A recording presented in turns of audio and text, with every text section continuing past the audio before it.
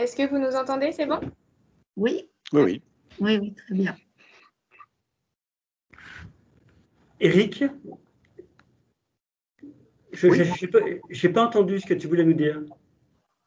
Non, ça y est, c'est réglé, l'enregistrement a débuté. Très bien. Ben, écoutez, je passe la parole alors à Marion Le Maréchal. Marion, à toi. Bonsoir à tous. Comme l'a dit le professeur Jouc, moi je suis médecin infectiologue au CHU, donc le Covid, c'est un petit peu notre quotidien depuis maintenant 1 an. Et je pense qu'il est important de rappeler que c'est quand même surprenant que moins d'1 an après l'émergence d'un nouveau pathogène, eh ben, on ait déjà un vaccin. C'est à peu près la première fois que ça nous arrive. Il y a un très très gros effort collectif financier et de recherche qui a été fait.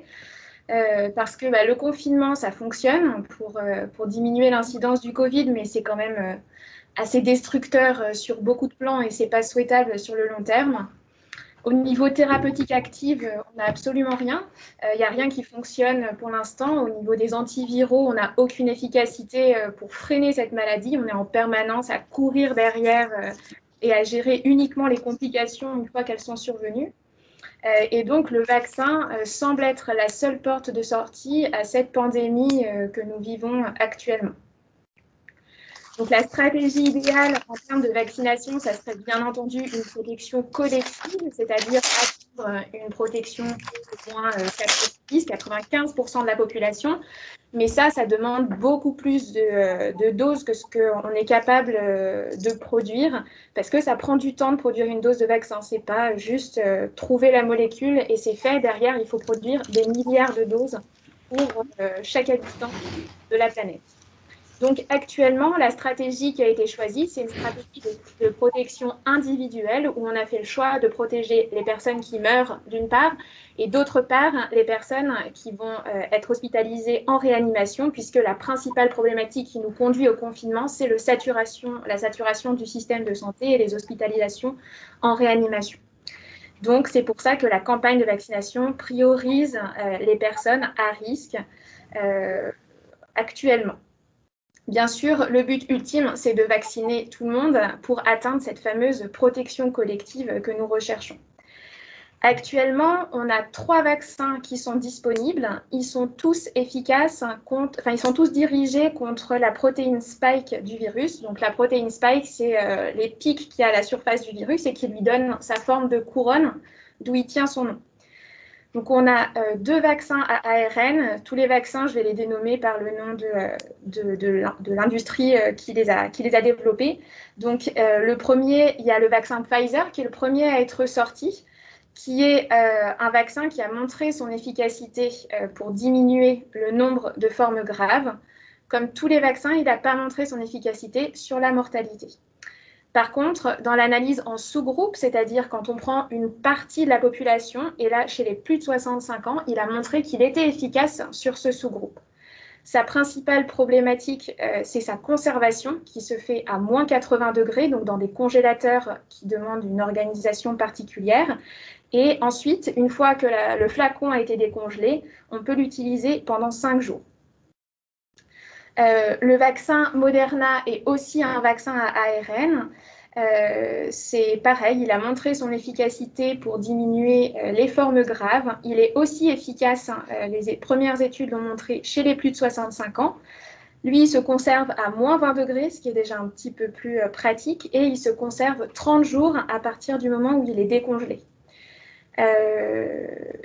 Le dernier vaccin qu'on ait, c'est le vaccin AstraZeneca, qui lui a une technologie un petit peu différente. Au lieu d'injecter directement l'ARN dans une nanocapsule, on va utiliser un vecteur, c'est-à-dire on va utiliser un autre virus.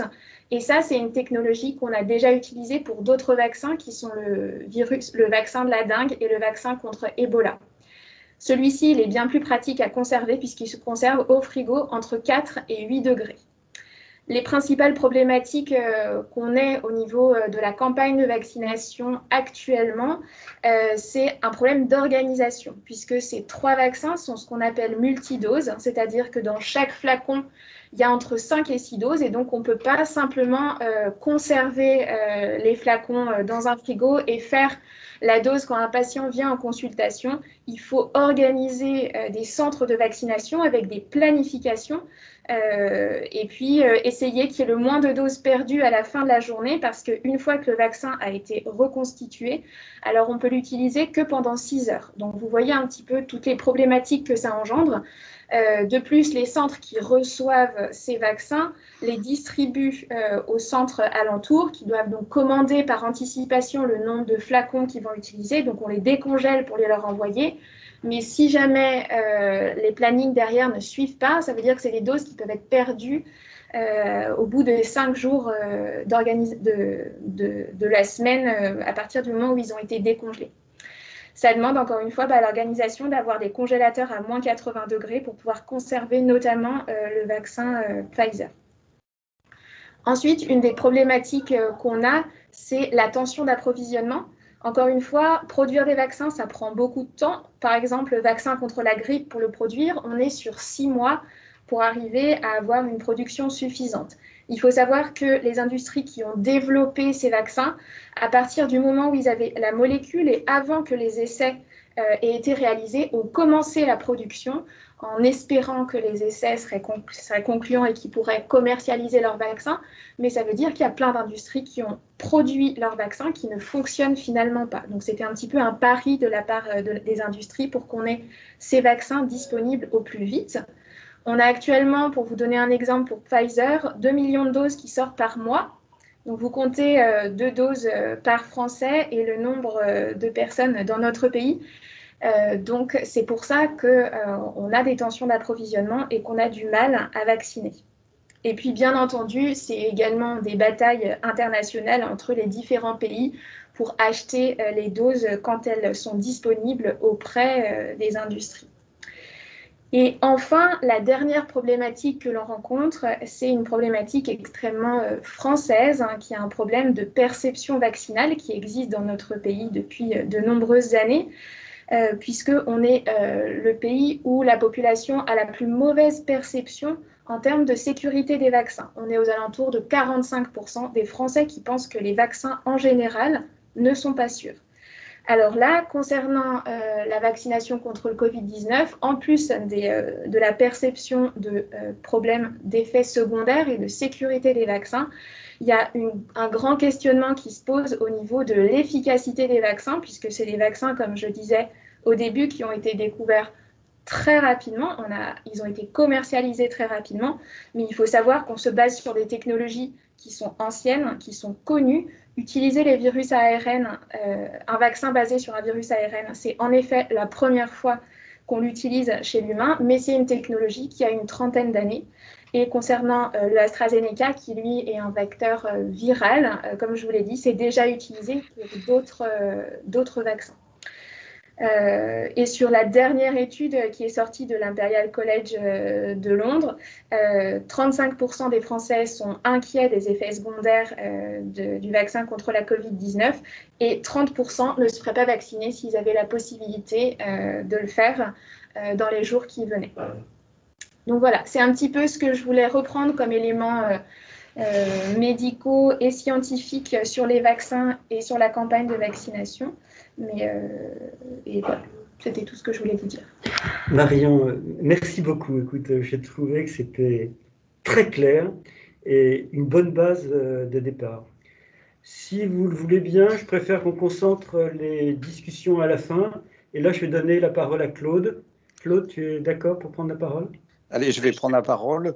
Donc, bonsoir à tout le monde. Et puis, je vais essayer de partager un tout petit PowerPoint que j'ai fait pour vous ayez un peu toutes les idées qui concernaient plutôt les problématiques autour de l'éthique de la vaccination. Alors, je tente le coup.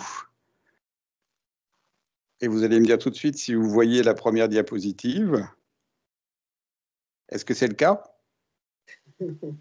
Non, je ne vois pas. Pas pour l'instant. Non, ça n'a pas dû marcher encore, Claude. Bon, alors, qu'est-ce qui se passe?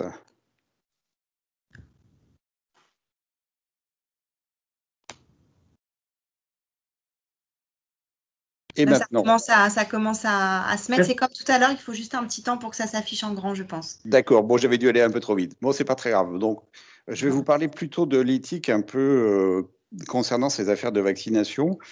Et simplement pour commencer, le comité consultatif national d'éthique avait reçu une saisine du ministère sur quelques points assez particuliers autour de la vaccination. Donc, c'était surtout concernant l'obligation vaccinale. Concernant aussi la question de la possibilité de choisir entre plusieurs types de vaccins. Donc, vous voyez, on était quand même en amont, hein, ça c'était au mois de novembre, et à l'époque, on n'avait pas encore beaucoup de possibilités de choix entre les vaccins. Maintenant, c'est un petit peu différent, mais ce n'est pas non plus grandiose en matière de choix. Donc, on a essayé d'étendre un petit peu la question qui était posée par le ministère, et on a regardé un petit peu quels étaient le contexte un peu de cette vaccination. Alors, bon, il faut se dire que actuellement, c'est un contexte qui est effectivement très, très évolutif, hein.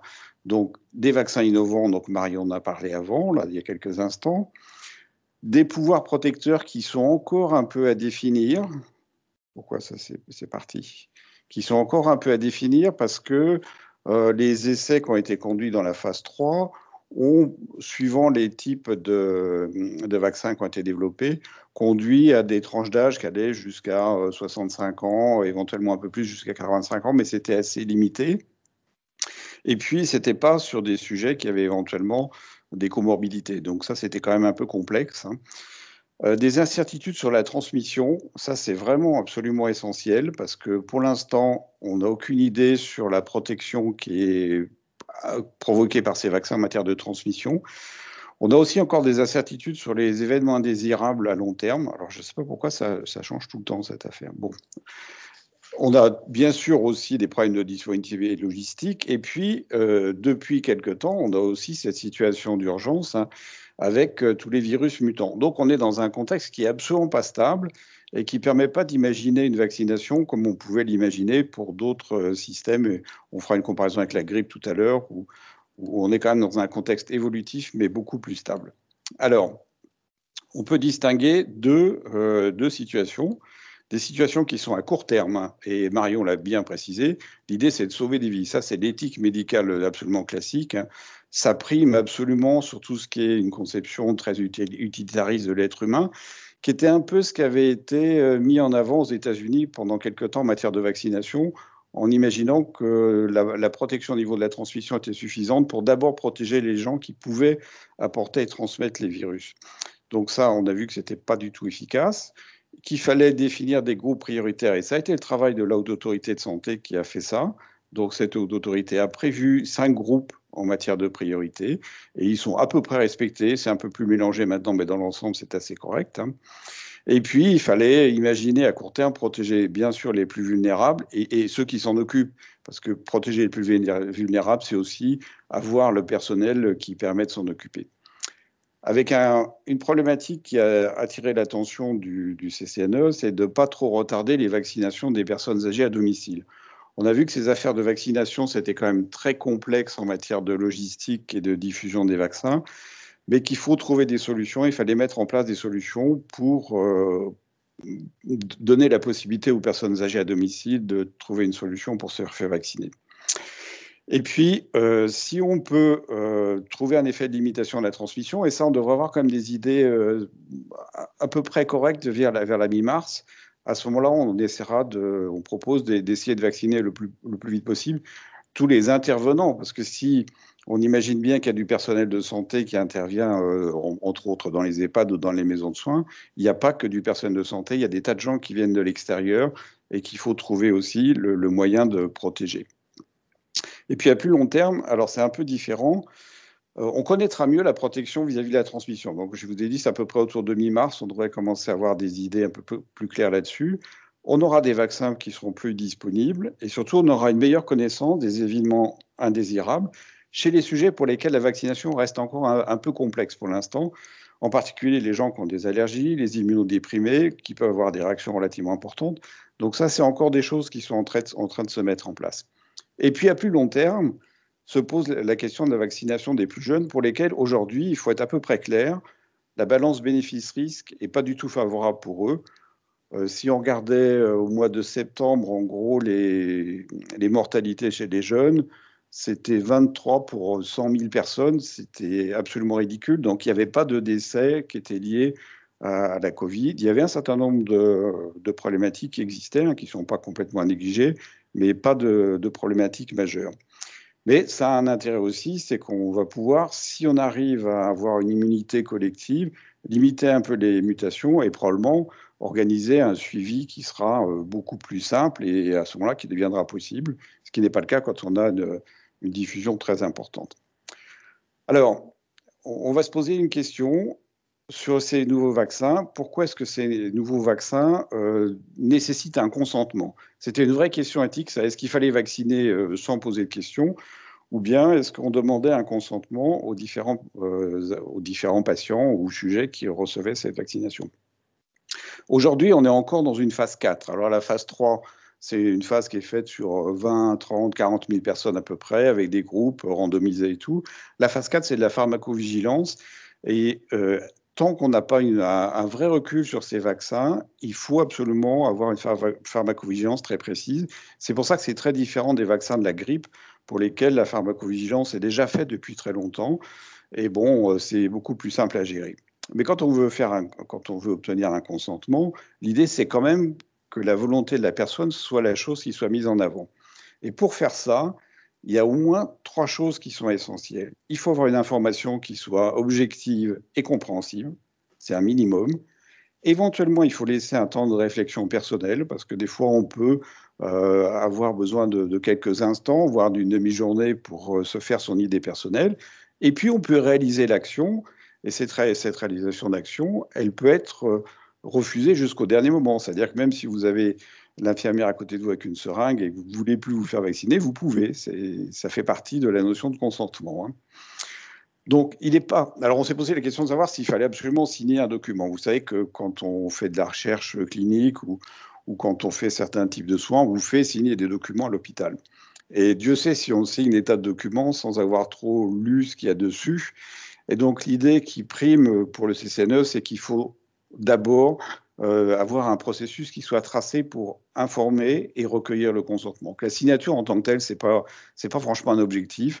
C'est pas absolument utile, d'autant plus que pour les premiers groupes de personnes dans les EHPAD, c'est assez compliqué. Et puis, il faut avoir une très grande vigilance à l'égard des personnes qui ne sont pas en mesure de s'exprimer. Et là, se pose de temps en temps un certain nombre de problèmes, parce qu'autant on sait qu'il y a un certain nombre d'intervenants connus, la personne de confiance, les tutelles, les familles, qui peuvent donner un certain nombre d'avis.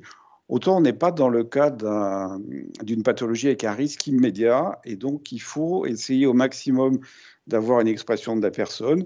Et il faut accepter que de temps en temps, on puisse avoir des désaccords entre, par exemple, la personne qui exerce la tutelle et des subrogés tutelles, ce qui arrive de temps en temps, où effectivement les deux ne sont pas d'accord.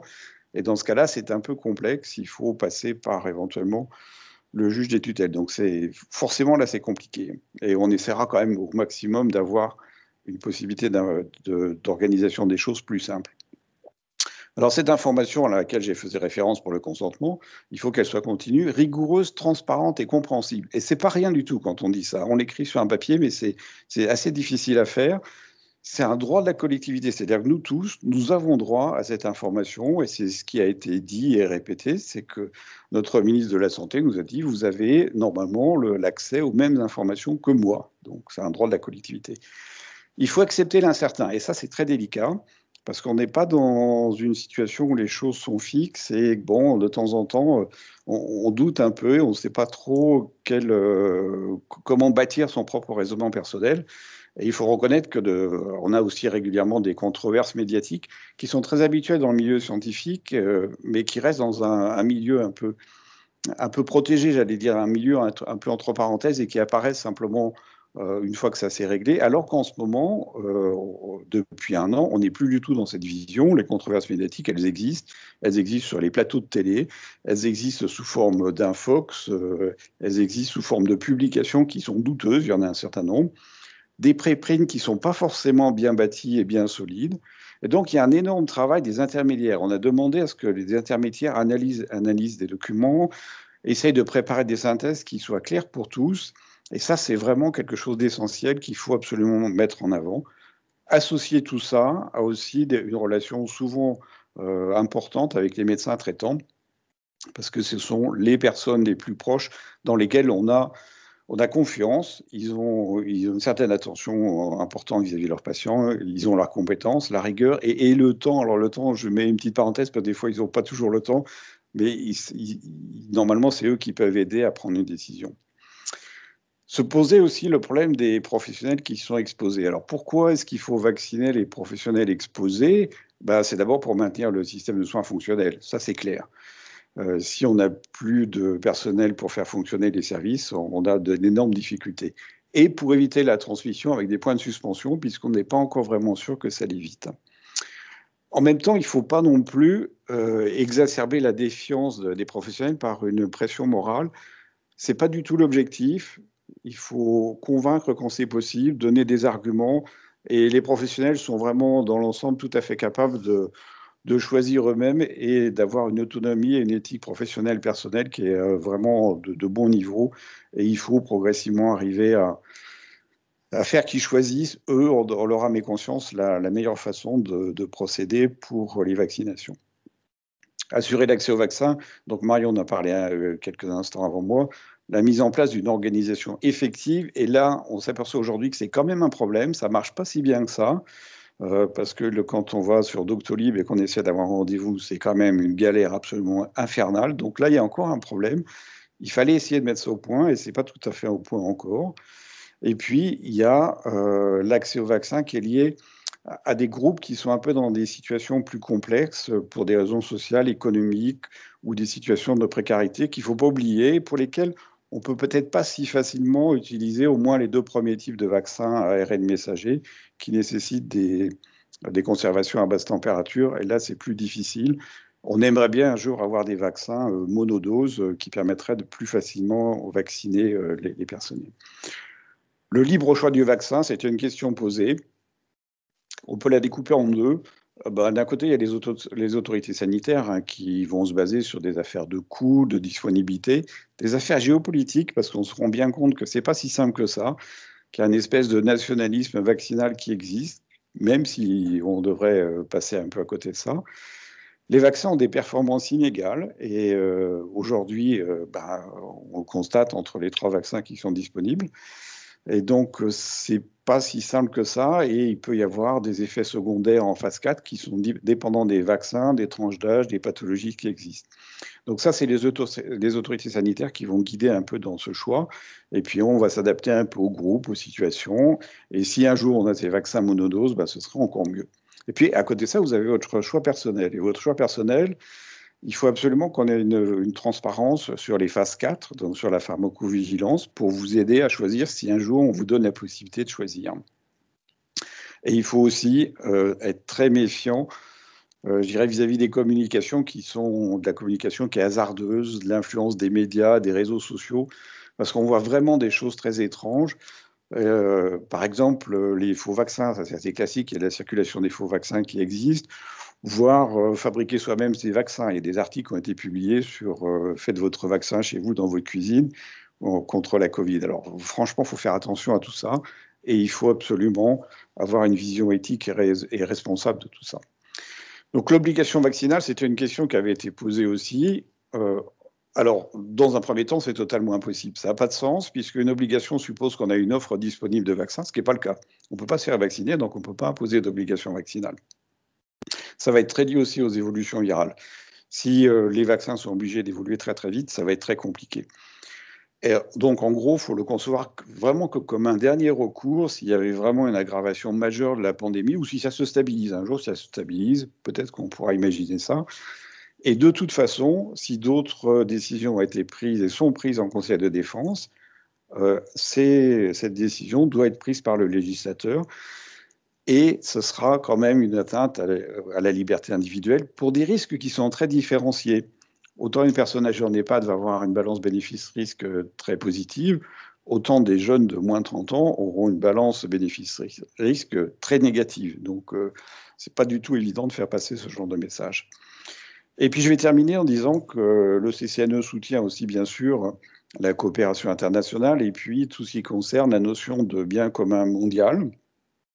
Parce que l'arrêt de la pandémie en un lieu, dans un pays, ça signifie absolument pas un arrêt définitif, puisqu'on a naturellement l'habitude de se déplacer à travers le monde et qu'il peut toujours y avoir des réimportations de virus qui viennent d'ici ou là.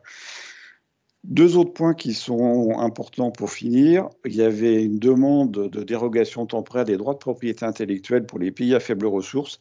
Ça fait partie de l'idée qu'il faut arriver à vacciner l'ensemble de l'humanité. Et ça, c'est lié à des systèmes de licences, éventuellement des licences obligatoires qui sont compliqués à avoir. Et il faut saluer la position d'AstraZeneca, qui, eux, ont décidé effectivement de transformer leurs produits et de ne pas faire payer des licences de fabrication pour des gens qui le feraient à l'extérieur de l'Angleterre et de la Suède. Et puis, il y a une autre initiative qui est intéressante et qu'il faut soutenir aussi d'une façon ou d'une autre. C'est l'initiative COVAX, là, qui est non plus quelque chose qui dépend de l'OMC, mais qui dépend directement de l'OMS. Là, c'est une voie complètement différente, qui organise des achats et qui met à disposition des doses de vaccins pour les pays à faibles ressources. Il y a 172 signataires aujourd'hui, je crois que c'est ça le chiffre exact. Et l'idée, c'est de recueillir des fonds, d'acheter de façon massive des vaccins et de les redistribuer dans les pays qui en ont besoin. Donc voilà, je crois que j'ai fait un tour de toutes les questions éthiques qui sont apparues à la lumière de cette première partie de la vaccination. Et puis comme ça, on va pouvoir discuter par la suite des points que vous avez repérés qui vous intéressent particulièrement. Voilà, merci. Alors j'essaie de ressortir. Merci beaucoup, Claude. Voilà. C'était, comme l'intervention de Marion, passionnant et très complémentaire. Lorraine, je te passe la parole. Bonsoir à tous. Du coup, dans la continuité des propos de Monsieur Delpech, vous m'entendez bien? Très bien. Oui, oui. Du coup, dans la continuité de ces propos, je me suis intéressée à trois problématiques juridiques sur la campagne de vaccination de la Covid-19. Premièrement, le consentement des personnes vulnérables, les aspects juridiques du consentement. Donc, comme le disait Monsieur Delpech, on va rechercher le consentement des personnes en priorité à la vaccination, mais cette recherche va être particulièrement difficile chez les personnes vulnérables. Il faut savoir que les personnes les plus à risque du Covid, comme le disait Madame le Maréchal, ce sont les personnes âgées, et c'est ceux que l'on va rechercher le plus à protéger, donc qui vont être les premiers concernés par la vaccination, mais ce sont aussi pour beaucoup, pas pour tous, mais pour beaucoup, des personnes vulnérables. Alors, qu'est-ce qu'on entend par personnes vulnérables? Ce sont des personnes dont les facultés sont altérées. On pense aux personnes âgées en perte d'autonomie. En termes juridiques, on dit qu'il s'agit d'une personne qui n'est pas en mesure d'exercer les attributs de sa personnalité juridique. Donc, on retrouve dans cette catégorie les enfants et les personnes protégées, donc les majeurs protégés qui bénéficient souvent de mesures de protection juridique. On retrouve trois grandes mesures de protection juridique qui sont par ordre de gravité: la sauvegarde de justice, la curatelle et la tutelle, qui est la plus importante, la tutelle. Donc, si l'incapacité elle est nécessairement liée à la vulnérabilité, donc l'incapacité juridique, l'état de vulnérabilité n'est pas pour autant détaché, peut-être tout à fait détaché de toute mesure de protection juridique.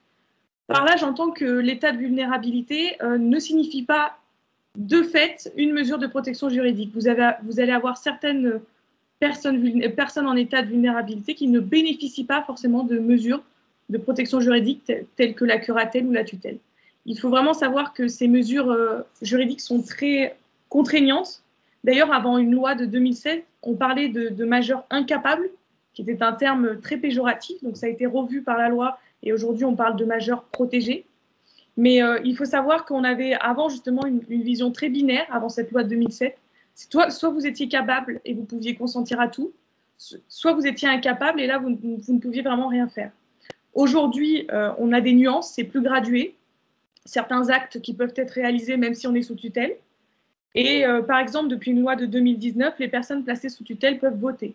Donc on a eu quand même une évolution dans les droits accordés aux personnes majeures sous mesure judiciaire. Ensuite, qu'est-ce qu'on entend par consentement? Le consentement, c'est la manifestation de la volonté. On va rechercher chez la personne la plus forte adhésion possible au projet ou à la proposition. On a juridiquement une vision un peu binaire. Donc, chez les juristes, on aime beaucoup les visions binaires, les deux parties. Donc, en termes juridiques, on a une approche subjective dans laquelle l'autonomie de la personne va être mise en avant, plutôt le principe d'autodétermination, du pouvoir du soi qu'on a sur soi. Et on a une autre conception qui est plus anthropologique, où là, c'est la dignité qui doit primer. Donc cela relativise l'autodétermination. On a un peu cette idée selon laquelle s'il y a une atteinte à l'intégrité ou à la dignité humaine, à ce moment-là, on va mettre de côté l'autodétermination.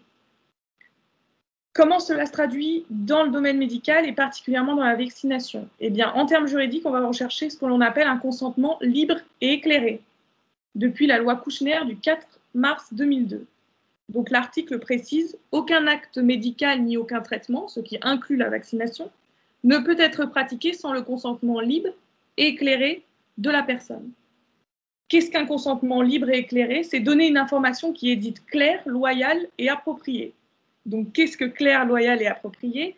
Clair, c'est-à-dire que l'information doit avoir été comprise par la personne dans un vocabulaire qui lui est accessible.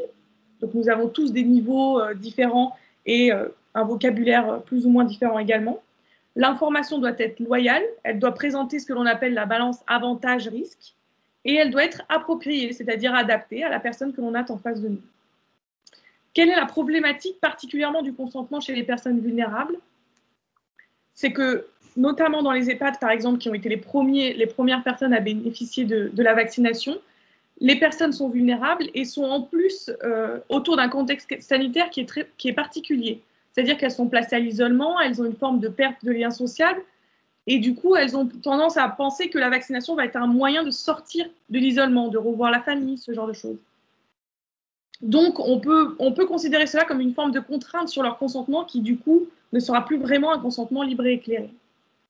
Comment s'est mis aujourd'hui en place la vaccination dans les EHPAD? Eh bien, le ministère de la Santé a publié un guide d'organisation de campagne de vaccination qui est distribué pour mettre en place, du coup, la campagne de vaccination. Dans ce guide, on retrouve des principes phares que M. Delpech a aussi évoqué. On retrouve la traçabilité du recueil du consentement, on retrouve la signature des documents, donc vraiment cette notion de traçabilité.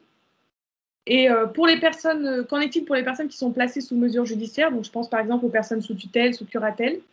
On va toujours rechercher le consentement de cette personne, même si elle est sous mesure judiciaire. Mais par contre, c'est vrai que si jamais on a une contradiction entre la personne chargée de la protection, donc le tuteur, le curateur, et la personne qui est concernée par la vaccination, c'est le juge qui va trancher. Donc ça peut être un processus très long, puisqu'il faut le saisir, le demander, et on sait qu'aujourd'hui, dans les tribunaux, les procédures sont particulièrement longues. Donc, où se situe le dilemme éthique dans tout cela? C'est vraiment un dilemme entre le respect de l'autonomie de la personne vulnérable et son impératif de protection. Parfois, on a tendance à écarter le refus ou le consentement au motif justement de la protection de la personne contre elle-même.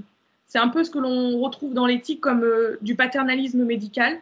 On pense savoir ce qui est bon pour le patient.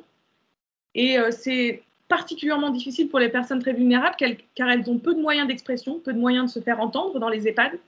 Je pense par exemple à d'autres personnes vulnérables telles que des personnes handicapées ou malades qui ont des associations pour se faire entendre, mais tel n'est pas forcément le cas de personnes âgées placées en EHPAD. Et il faut faire attention justement à ne pas verser dans la maltraitance. Ce qu'on peut donc en retirer sur le consentement, c'est que l'espace de consentement, c'est un espace de tension multiple entre la volonté de la personne vulnérable et finalement les dispositifs familiaux, institutionnels. Il faut toujours rechercher la volonté de la personne vulnérable, mais ça ne doit pas être considéré comme un absolu, dans la mesure où son consentement va s'inscrire dans un contexte familial, social, économique, institutionnel. Il ne faut surtout pas négliger ce contexte-là. Et finalement, le consentement, c'est vraiment ce lieu de tension entre ce qui est souhaité, ce qui est possible, les désirs et les intérêts contradictoires, la volonté individuelle, l'autorité. Donc c'est vraiment difficile d'obtenir un oui ou un non absolu, et il faut veiller particulièrement à plusieurs choses: l'expression du consentement, les conditions de recueil du consentement, son actualisation et son respect. On doit exclure donc toute réponse qui serait univoque, simpliste, simplificatrice. Et pour conclure sur ce consentement, c'est vrai que l'équation « je consens donc je suis », qui est issue d'un ouvrage de Michaela Marzano, apparaît très réductrice, car souvent le consentement, il est évalué sous le seul prisme juridique. Soit il est présent, soit il ne l'est pas, soit c'est licite, soit ça ne l'est pas. Et finalement, avec tout ce que l'on vient de voir, c'est vrai qu'on se rend compte que la réalité est beaucoup plus contrastée. Je voulais également vous parler de la responsabilité. Qu'en est-il lorsque du coup cette volonté du patient est mal recueillie, elle est mal actualisée ou tout simplement elle n'est pas respectée? Et bien derrière, le patient, la victime pourra rechercher ce que l'on appelle le défaut d'information auprès du prescripteur, du médecin prescripteur ou du vaccinateur, donc la personne qui l'a vacciné. Il pourra engager sa responsabilité sous le prisme du défaut d'information. On peut également envisager la responsabilité du laboratoire si la notice d'information, par exemple, n'est pas complète. Donc, on avait vu le défaut d'information, notamment pour la vaccination contre l'hépatite B, où il y avait eu beaucoup de victimes qui avaient eu l'apparition derrière de sclérose en plaques. Et ces dernières sont allées rechercher la responsabilité des laboratoires, mais également des médecins prescripteurs sur le fait qu'ils avaient été mal informés des conséquences que pouvait provoquer ce vaccin. Le préjudice qui sera réparé avec le défaut d'information, c'est ce qu'on appelle un préjudice d'impréparation, c'est-à-dire que vous n'avez pas été préparé suffisamment aux conséquences de cet acte médical qu'est la vaccination. On a également une autre possibilité de responsabilité, c'est ce qu'on appelle la responsabilité des produits défectueux. Là, on se concentre vraiment que sur le fabricant du vaccin. Donc, la reconnaissance de cette responsabilité, elle est très juridique conditionnée. C'est une responsabilité qui n'est pas impossible, mais quand même difficile à apporter. On a deux problèmes majeurs qui vont se poser dans le cadre de la vaccination contre la Covid. C'est déjà, de un, le producteur peut s'exonérer de sa responsabilité s'il prouve que l'état des connaissances scientifiques de l'époque, au moment où il a produit la vaccination, n'avait pas permis de déceler l'existence d'un défaut dans son vaccin. Donc ça va poser un vrai problème parce qu'aujourd'hui, on évolue dans un cadre scientifique très incertain, dans le doute. On n'a aucune certitude, donc il est probable que les producteurs des vaccins cherchent derrière à s'exonérer en disant « mais à l'époque, on ne savait pas les conséquences de cette vaccination ». Et le deuxième problème, à mon sens juridique, que va poser la responsabilité des produits défectueux, c'est la prescription, qui est de 10 ans à compter de la mise en circulation du vaccin. Donc ça signifie que les vaccins qui sont mis aujourd'hui en circulation, vous n'aurez que 10 ans pour engager la responsabilité des fabricants. Et ça pose un vrai problème parce qu'on n'a aucune visibilité sur le long terme des conséquences de ces vaccins. Donc si dans 20 ans, par exemple, on se rend compte que plusieurs personnes sont atteintes d'une maladie et qu'elles ont été vaccinées par un vaccin de la Covid-19, eh bien, on n'aura aucune action de droit possible. Donc, c'est deux problématiques que j'ai pu identifier. Comme l'avait dit Madame le Maréchal, aujourd'hui, on retrouve en producteurs qui sont déjà mis sur le marché AstraZeneca, Pfizer et Moderna. Mais on sait que l'Union européenne a conclu 6 contrats avec d'autres firmes.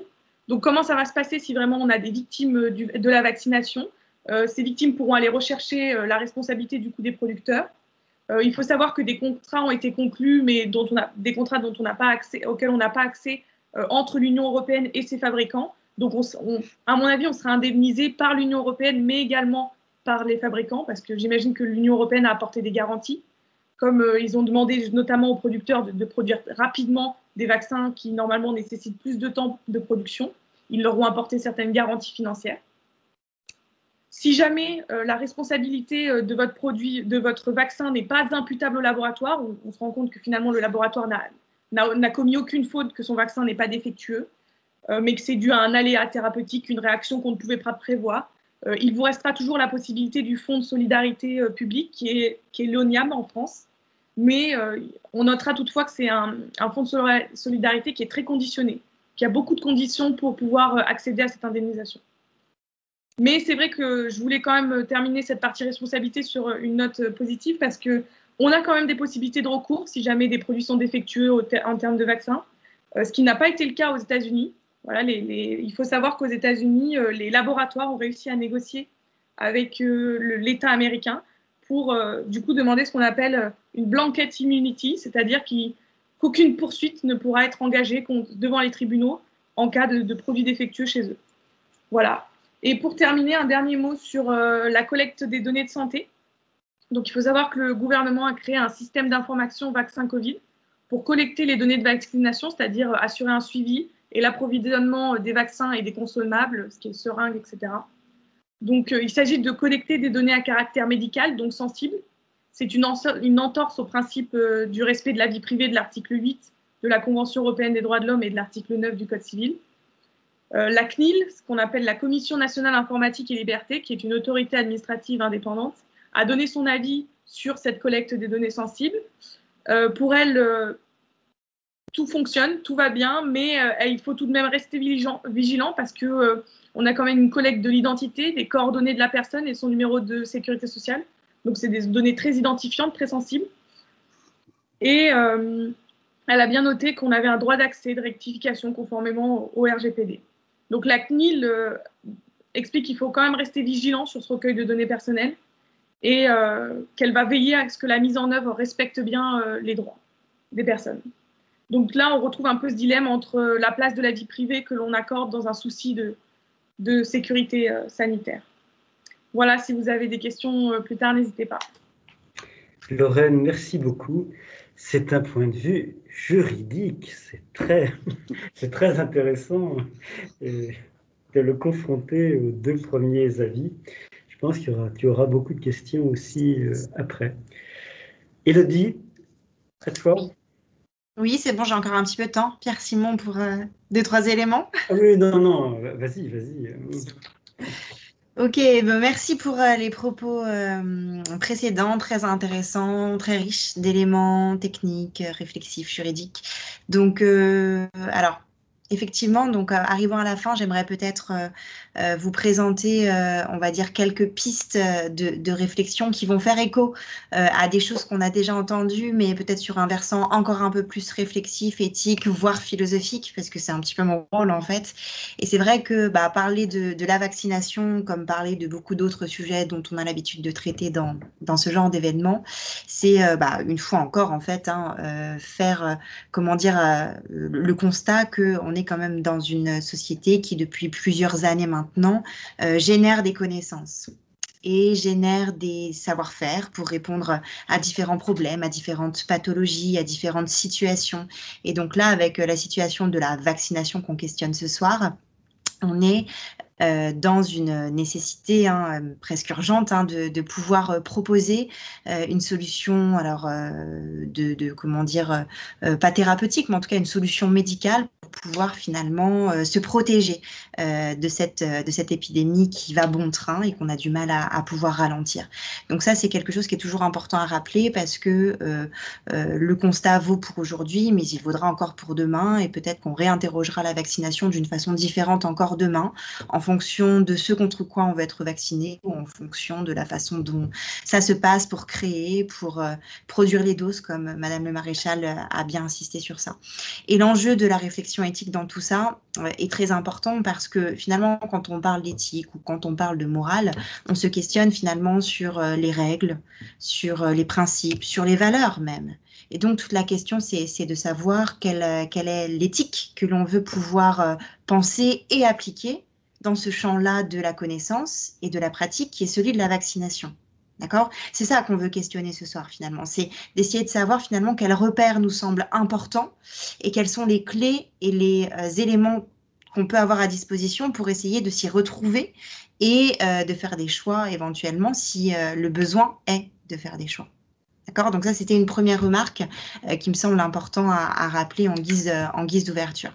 Alors la deuxième chose que je voulais tout de même vous évoquer, même si ça paraît assez évident quand on parle de la vaccination, et mes collègues l'ont rappelé, c'est que ce thème-là, le fait de se faire vacciner, le fait de parler de la vaccination, met en avant une ambivalence ou peut-être même, j'utiliserais le terme de dilemme éthique entre l'individu pris tout seul et le collectif, la société, entre l'individu et le groupe. Pourquoi ? Eh bien parce que, vous l'avez bien dit, effectivement, chacun à votre manière, après tout, il est de notre ressort individuel, de notre liberté personnelle, que de se faire vacciner ou pas, j'ai envie de dire. Et donc, finalement, on est dans tout un champ, finalement, de la réflexion éthique qui va toucher à la question du choix personnel, de la volonté, de l'autonomie. C'est un terme qui a été beaucoup utilisé. Mais de l'autre côté, finalement, on peut difficilement considérer les individus que en eux-mêmes, précisément parce qu'on fait partie d'une société. D'accord ? On fait partie d'une société dans laquelle on vit et donc on ne peut pas se considérer tout seul. Et finalement, il y a des enjeux pour la société, pour le collectif. et du coup, qui vont peut-être faire tourner le regard vers d'autres principes, comme celui de la justice, par exemple. Hein, comment on peut penser le principe de justice dans ce thème de la vaccination, comment voilà, on peut assurer une égalité d'accès, par exemple, au vaccin, comment par ailleurs on peut faire en sorte que ce soit juste, finalement, dans la façon dont c'est fait, dont c'est traité, dont c'est organisé. Voilà. Donc, on est vraiment dans ces deux dimensions. Et ça me semble intéressant de le mettre en avant parce que c'est vraiment un dilemme. C'est vraiment un dilemme parce que si chacun pouvait penser par lui-même et faire ce qu'il lui semble bon, bah, finalement, ça serait bien comme ça serait plus facile. Mais nos actes ont toujours des répercussions sur ceux qui nous entourent, que ce soit le monde ou les autres. Et donc, le thème de la vaccination en est un bon exemple. Alors, effectivement, pour la question, on va dire le premier aspect du dilemme, celui finalement qui touche l'individu, sa liberté, son autonomie, c'est quelque chose qui est important. Alors, je pense que le terme de liberté est intéressant peut-être à évoquer un peu plus profondément. Hein. La notion de liberté, c'est une notion philosophiquement très abordée, qui nous rappelle finalement que la liberté, c'est de pouvoir faire ce que je veux. Mais la réflexion philosophique sur la liberté, c'est aussi me rappeler que, comme je vous l'ai dit juste avant, il y a toujours des gens autour de moi. Et selon l'adage un petit peu populaire, ma liberté s'arrête là où commence celle des autres, eh bien, ça peut être intéressant de le questionner pour le cas de la vaccination. En tout cas, on tient à cette question de la liberté dans notre société, et en ce moment même, elle est mise à mal, et c'est quelque chose qui questionne beaucoup. Mais on y tient aussi dans le domaine du soin. Lorraine l'a rappelé avec la loi Kouchner, avec d'autres types de lois. On essaye de faire en sorte que l'autonomie soit respectée et qu'on puisse finalement ne pas retomber dans un paternalisme excessif. Alors, je ne parle pas d'un paternalisme modéré, enfin, je ne sais pas si ça existe ce terme-là, mais en tout cas, un paternalisme qui serait trop exacerbé, où justement, la personne ne pourrait plus faire son propre choix toute seule.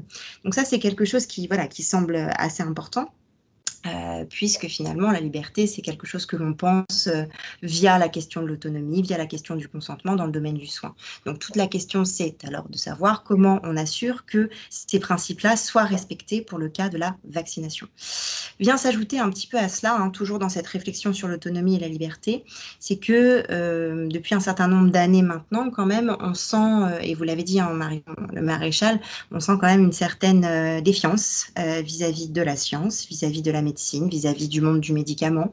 Donc, ça peut être porté par certains scandales hein, impliquant toutes ces sphères-là, ou tout simplement par différentes connaissances qu'on peut avoir, qu'elles soient vraies ou fausses, j'ai envie de dire. Mais on a quand même ça, dans cette volonté de se positionner soi-même en tant qu'individu, ce climat un petit peu de défiance envers ce qui peut nous être proposé, notamment par la science et la médecine. Et dans le cas de la vaccination, et ça rejoint ce que vous disiez sur la perception du vaccin, eh bien c'est quelque chose qui est assez, présent. C'est quelque chose qui est assez présent. Donc du coup, c'est vrai que ça pose un certain nombre de questions. Donc je vous ai parlé de liberté.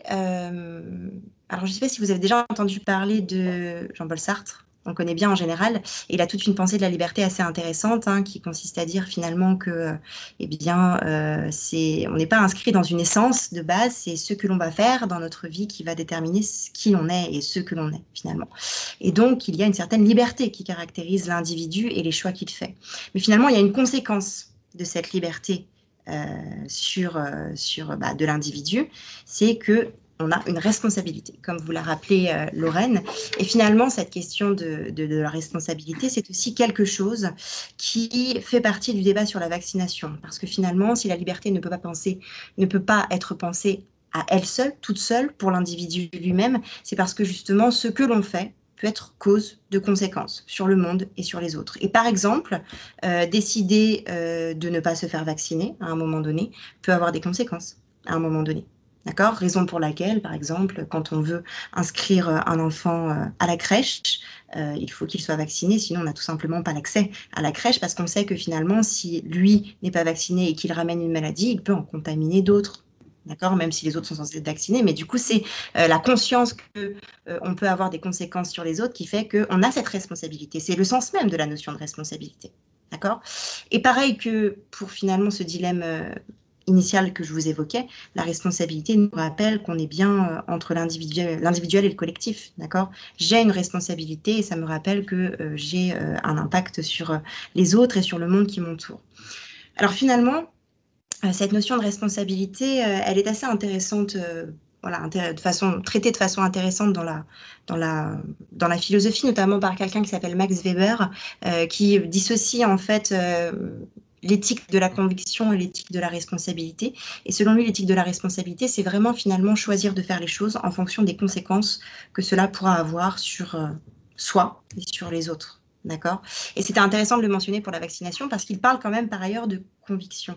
Et on sait que par rapport à ce thème du vaccin, il peut y avoir de la conviction qui est mise en œuvre dans un débat, dans des informations.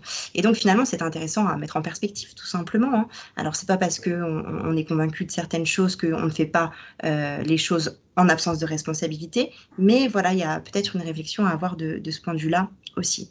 Alors, pour terminer, et puis pour se laisser la place au débat, parce que c'est déjà 19h, je voulais simplement conclure après vous avoir évoqué la question de la liberté, de l'autonomie, de la responsabilité, sur une réflexion un petit peu plus large qui fait écho déjà à des choses qui ont été évoquées. Mais finalement, ce débat sur la vaccination, sur le fait de savoir ce qu'on fait pas, si on le fait pour soi, si on le fait pour les autres, si on peut le faire ou si vraiment on a le choix, en fait, finalement, ça nous rappelle qu'on est quand même dans une société où on a accès à un certain nombre d'éléments, notamment d'informations, et de façon très, constante. Il y a un flux d'informations permanent avec la presse, avec Internet, avec les réseaux sociaux. Et donc, ce qui caractérise l'information aujourd'hui, c'est que si on peut être informé, on peut aussi être mal informé. C'est toute la réflexion qu'il y a aujourd'hui autour de la fake news, ou ce que tu disais, Claude, tout à l'heure sur l'intox, enfin voilà, des choses autour de ça. Et finalement, c'est pas si évident que cela que de se déterminer, que d'être autonome, que d'être libre dans cette société où on a beaucoup d'éléments finalement dont on ne sait pas toujours quoi faire. Donc comme Lorraine, tu le rappelais tout à l'heure, on doit pouvoir consentir de façon éclairée. Clairement, juridiquement, on sait que c'est ça. Mais comment être éclairé dans une société où il y a un max d'informations dont on ne sait pas comment les classifier, comment finalement quoi en faire. Donc ça, c'est quelque chose qui est aussi intéressant. Et je pense qu'il y a peut-être toute une pédagogie à avoir par rapport à la vaccination. Il y a déjà beaucoup de choses qui sont faites par rapport à ça. Moi, j'avais participé à la fête de la science juste il y a 6 mois en arrière. Il y avait tout un système d'information autour de la vaccination qui était assez intéressant. Et je pense qu'on gagnerait à pouvoir le développer pour essayer d'avoir des informations qui soient claires et qui soient intelligibles. Mais quoi qu'il en soit, et cela a été mentionné une fois encore, on est quand même dans une société marquée par l'incertitude. Hein. On attribue à la science et à la médecine une pure certitude, mais on sait que ce n'est pas le cas. On a l'impression de la découvrir avec finalement la crise sanitaire, mais elle a toujours existé. Donc je pense qu'il faut aussi avoir ça en tête et peut-être accepter l'incertitude nous permettra probablement de pouvoir mieux l'affronter, sans dire de l'annuler, au moins l'affronter et pouvoir avoir cette réflexion sur la vaccination en conscience de tous ces éléments de réflexion, que ce soit sur l'autonomie, la liberté, la responsabilité et, in fine, l'incertitude, qui sera mon dernier mot. Merci pour votre attention. Merci beaucoup, Élodie. Vos 4 interventions étaient remarquables. Et je conclurai par ton mot de dilemme. C'est vraiment vis-à-vis de la vaccination. On va le creuser, mais est-ce qu'il y a des questions parmi les personnes qui participent, parmi tous les auditeurs? Marie-Laure, j'ai vu ta main se lever. Tu avais une question? À toi.